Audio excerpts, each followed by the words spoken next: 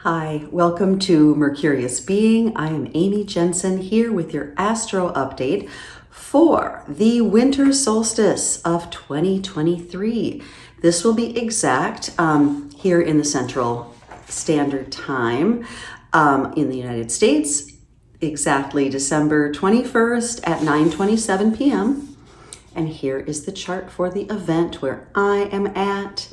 And as always, it may look different depending on where you are at.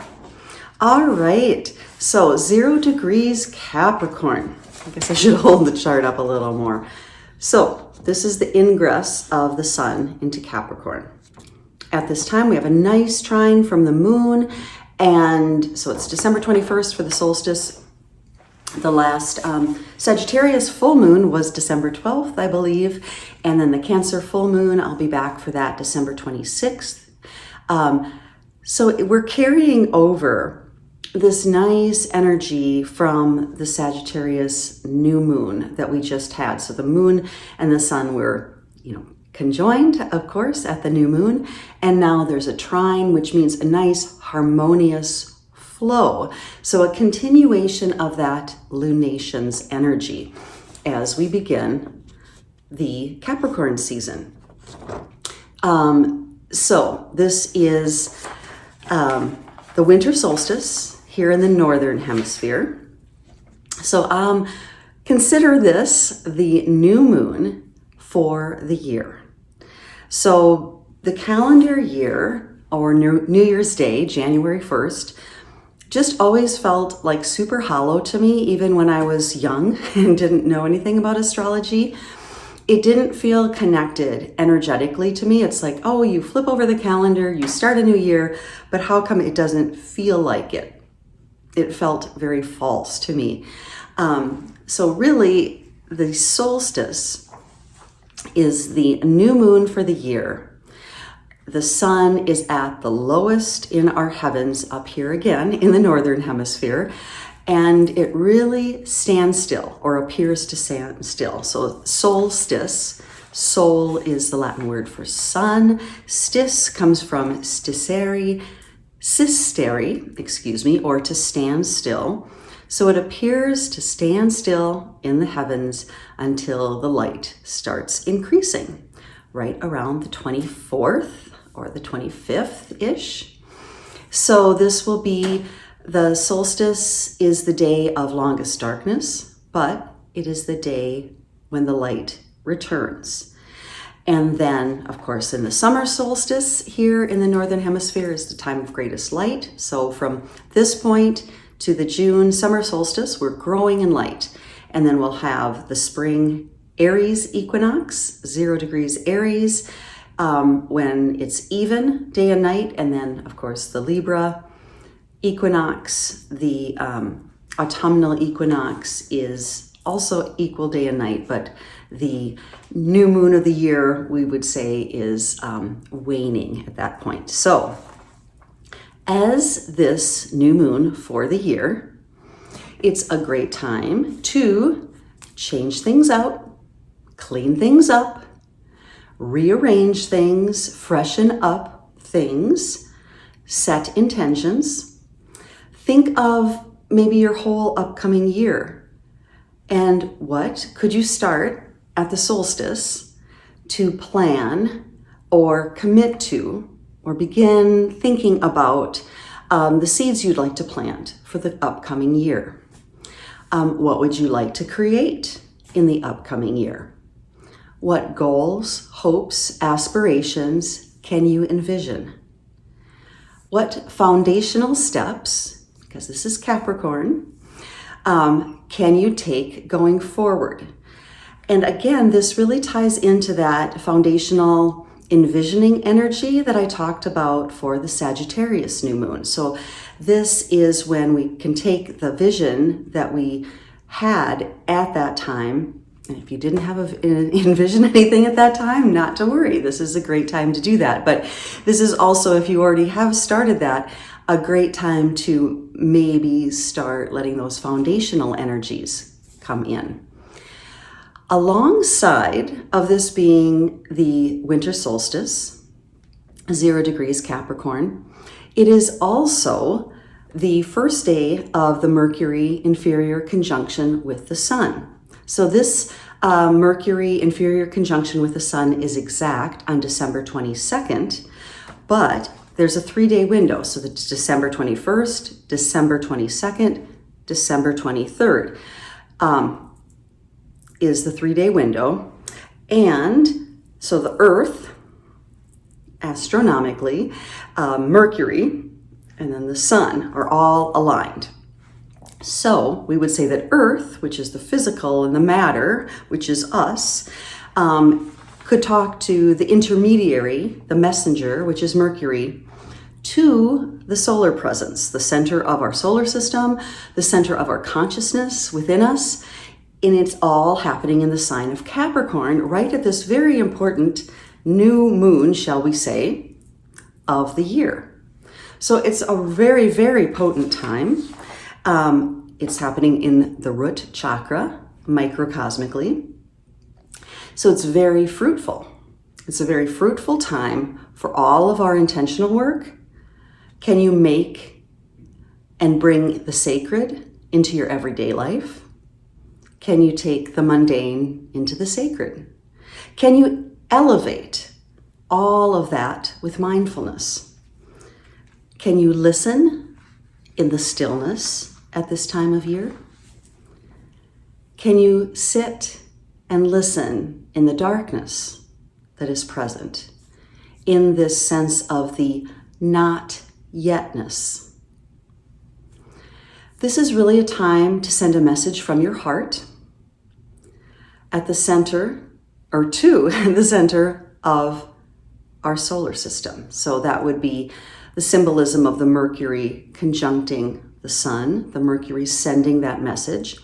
Also, the moon in Taurus at the solstice, 0 degrees Taurus. Again, like I said, a harmonious flow.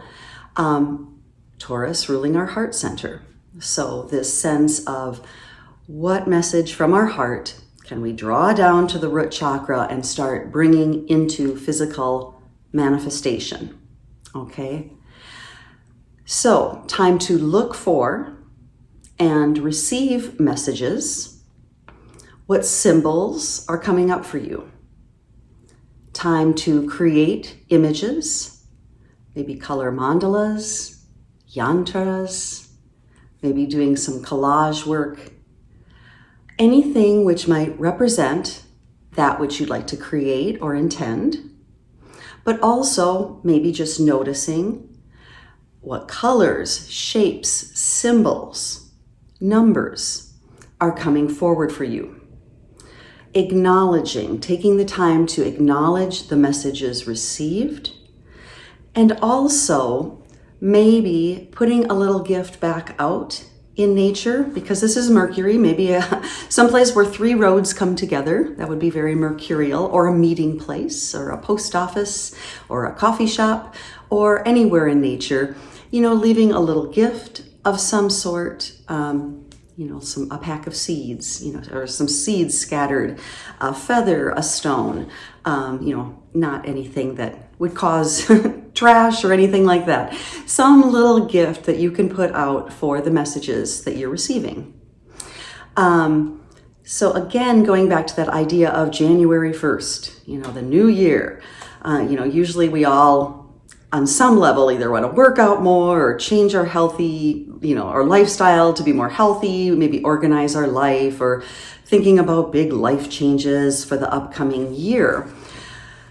But as I said, we've all been around the sun a few times, and we know it's not exactly like that. At Capricorn, 0 degrees Capricorn, at the solstice, this energy of Capricorn knows that things take time. Okay, they take determination. They take a sense of stick-to-itiveness.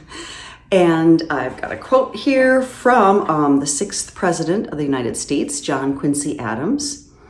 "Patience and perseverance have a magical effect before which difficulties disappear and obstacles vanish." So I thought that was a very Capricornian statement.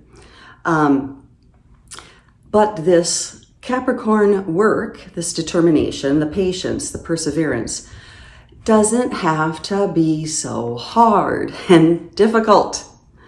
Okay, when we make changes which align with our flow, which align with our daily flow, it's easier. So listening into your individual and personal daily rhythms, finding and refining them, and allowing that to help build the foundation.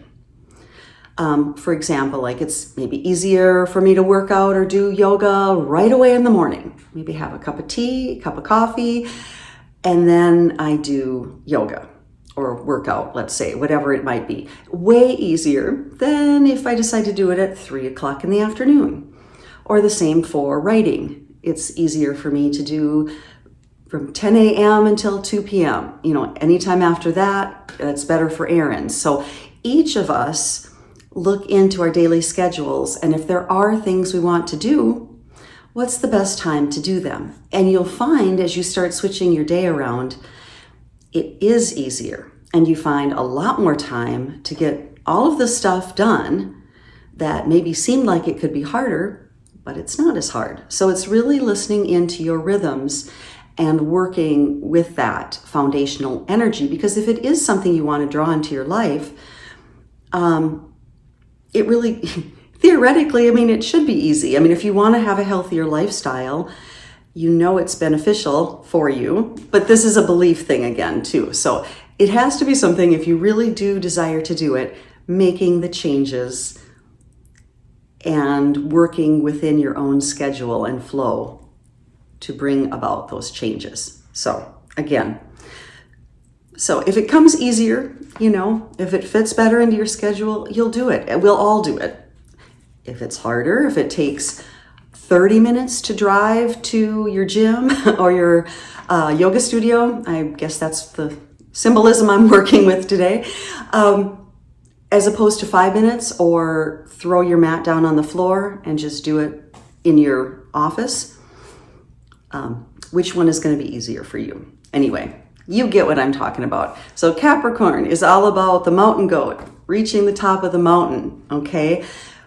So it is about achieving those goals. However, the journey, one's life, is the process of getting there, getting to the goal. It's the 40 years of living which led to that goal. It's the 6 months of training before you ran the marathon. So don't discount the process and the journey. Like the mountain goat, I guess if it were instantaneous, the mountain goat would just like manifest from the bottom of the mountain to time travel to the top. It's like, that's not the point. It's the obstacles, it's the perseverance, it's the journey, it's the patience, because that's where the experience lies.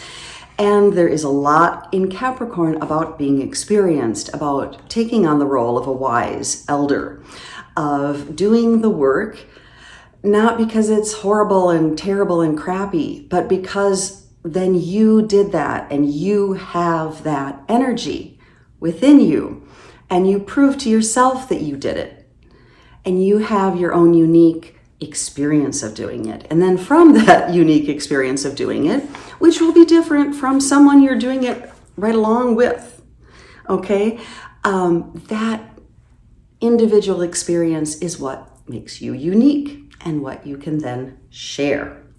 All right, so listen into yourself, what your heart's desire truly is, and then dare yourself to speak it.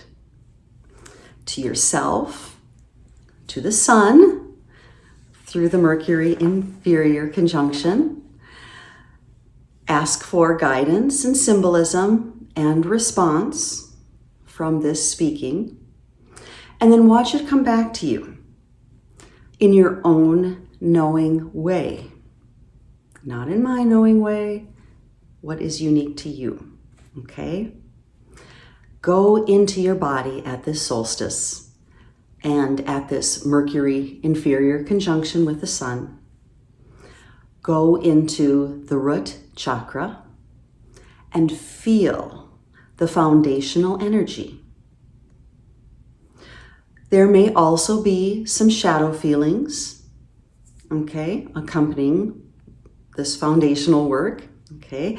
So as you go into that root chakra, there could be some fear, some guilt, some shame, some worry, anything that feels destabilizing, anything that feels a little non-foundational.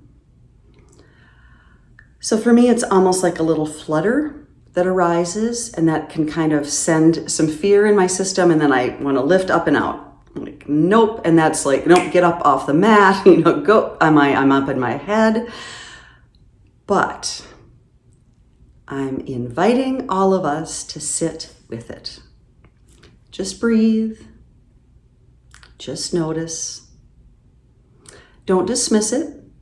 Those feelings might arise, and don't run from it. Just sit and breathe and listen into it. What is it telling you? After listening in and acknowledging the message, can you find steadiness in yourself? Can you feel groundedness? So maybe then you can keep going into the confidence of that root chakra, into the security, feeling secure, feeling safe. So just sitting with this breath solidly, calmly, noticing. You are here. You are here. You are here. And everything is all right.